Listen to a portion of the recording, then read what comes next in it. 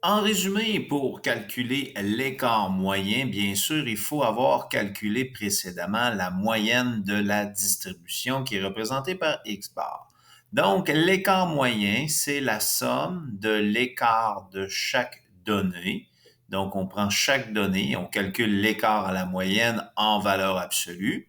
Donc, il faut se rappeler que la valeur absolue, si on obtient une valeur négative ici en faisant notre écart, ça donne une valeur positive. Si elle est positive, on la laisse positive.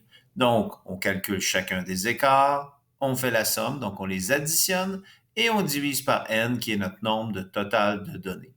Bien sûr, si nous avons beaucoup de données, il est plus avantageux d'organiser ça sous forme de tableau. Donc, xi, chaque donnée, ni étant le nombre de fois que cette donnée se répète. Et on calcule pour chaque donnée l'écart à la moyenne, ici dans mon tableau.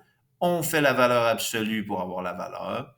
Et on prend le nombre de fois, donc on note ni, le nombre de fois que la donnée revient, on la multiplie par l'écart qu'on a calculé ici.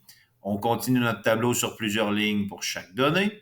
On a besoin de notre nombre total de données ici, donc en additionnant cette colonne-là dans notre tableau. Et en additionnant bien sûr la dernière colonne de notre tableau, on revient avec notre formule. Je prends la valeur ici que j'ai obtenue et je la divise par le nombre total de données qui est ici. Donc, c'est la façon de calculer notre écart à la moyenne. Pas notre écart à la moyenne, mais notre écart moyen, pardon.